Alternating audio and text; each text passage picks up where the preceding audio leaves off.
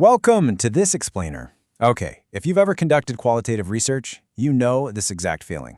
You finish your interviews, you sit down at your desk, and you are just staring at a mountain of raw, messy, text-heavy transcripts. It is completely overwhelming.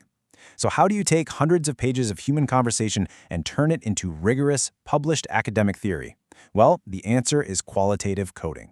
Today, we're going to frame qualitative coding as the ultimate organizational solution. It's like a giant puzzle, and we're going to break down exactly how you can turn that absolute chaos into published, impactful research. Okay, let's dive into our agenda. We're going to follow a real-world case study on special education teacher stress. We'll start with preparing to code, which is known as bracketing. Then we'll move into open coding for our initial descriptions, followed by axial coding to find themes. After that, we hit grounded theory for broad categories and wrap it all up with the final research output. Kicking things off is Section 1, Preparing to Code, Bracketing. This is the first critical phase before you ever even touch your data, because it is entirely about preparing your mindset. Look, researchers are human, right? We all come to any project with our own baggage, experiences, and prior knowledge. As defined in a 2012 Qualitative Social Work article by Leah Tufford and Peter Newman, bracketing is a method used to mitigate the potentially deleterious effects of those preconceptions.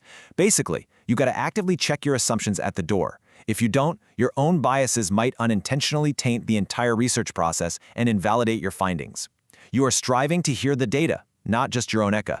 And this brilliantly illustrates how bracketing functions in practice. Think of it like moving down an inverted triangle. The researchers in our case study were educational insiders. They already knew teaching was hard in a general sense. But to do rigorous research, they purposefully forced their focus down from those broad sweeping generalizations down to the highly specific realities and stressors unique only to special education. By recognizing their broad assumptions first, they could set them aside and focus purely on what their specific subjects were actually going to tell them. By actively bracketing those assumptions and combining that focused mindset with a thorough literature review, the researchers crafted a really precise interview protocol. And we're just asking generic questions like, hey, are you stressed? No way. They asked targeted questions designed to unearth highly specific triggers. Things like, how many years have you taught? Or do you have paraprofessionals helping you? They asked about stress-inducing situations in the classroom, how they deal with that stress, if they have positive interactions with students, and whether they've changed their career focus over time. This intense preparation guarantees that the raw data you collect is actually useful, grounded, and primed for the next step. Which brings us to Section 2, Open Coding, Initial Descriptions. So the interviews are done, the transcripts are fully typed up, and now we interact with the raw data. And what's really interesting here is the stark contrast you're faced with. On one hand, you have a raw, highly emotional transcript. Take a special education teacher named Brandy, for example. She's describing working in a locked unit with 10 to 18-year-old boys brought directly out of psychiatric hospitals.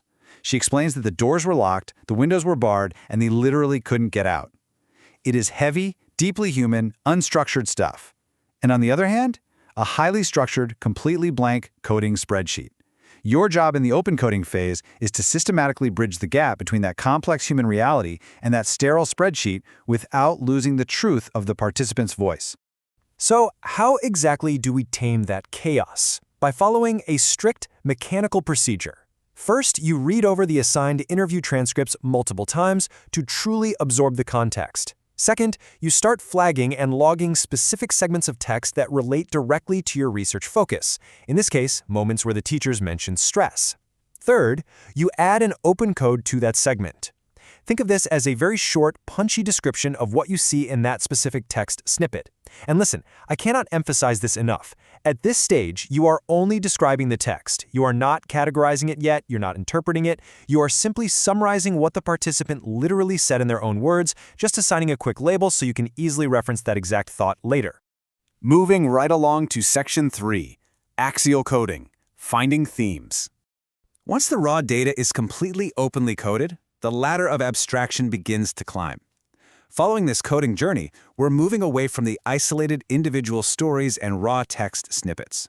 We've successfully processed all of that qualitative text into initial, descriptive, open codes. Now the goal is to elevate those basic descriptions into broader, much more meaningful themes. This is where you begin looking for the connective tissue between entirely different participants' answers. You're asking yourself, okay, how is Brandy's experience with a locked door connect to John's experience with a lack of funding?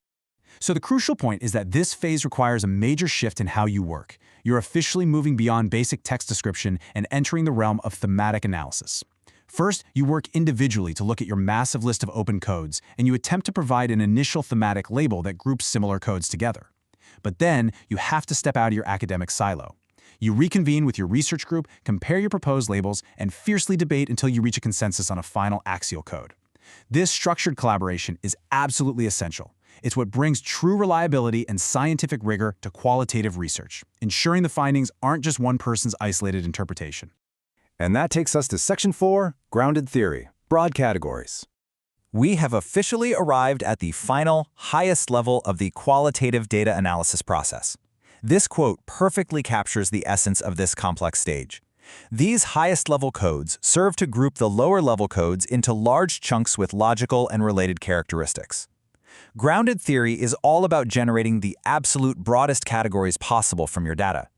These categories become the massive, weight-bearing pillars of your research findings. They are the overarching theories that connect all those granular axial themes all the way back to your original research questions and your initial literature review.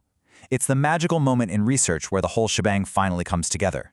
Now, you might be wondering how to even do that. Fortunately, you don't have to navigate this daunting, high level of abstraction alone. Researchers constantly rely on established expert frameworks to guide them through this complex interpretive phase.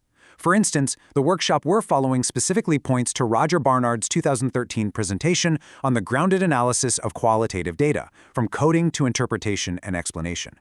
Utilizing these types of established, deeply researched roadmaps ensures that your final theoretical categories aren't just guesses, they're academically sound, methodologically rigorous, and completely ready to stand up to intense peer review. Let's move to Section 5 and see how this all builds, the final research output. Here is where you see the true payoff of all those hours spent staring at transcripts. Once you finalize those high-level grounded theories, they become the primary categories you lead with in your findings chapter. Next, they become a rock-solid foundation for a conference presentation, allowing you to share your new insights with peers in your field. Ultimately, this painstakingly structured coding process results in a peer-reviewed, published academic article. For our specific special education stress case study, that meant an 8-page published article in the Journal of Special Education Leadership, backed by 27 distinct references and unshakable, meticulously coded qualitative data. So, we've successfully walked through the entire journey together.